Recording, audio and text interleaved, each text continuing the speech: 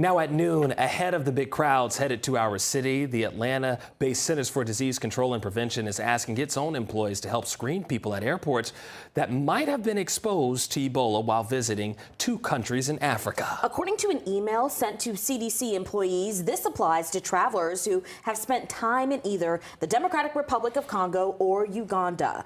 Responsibilities for the screeners include checking travelers for signs of illness or fever. Atlanta's airport is one of four where people returning to the U.S. from the Democratic Republic of Congo, Uganda, or South Sudan are being screened. Those are the countries in Africa impacted the most by the recent Ebola outbreak. So far, the virus is responsible for at least 230 deaths.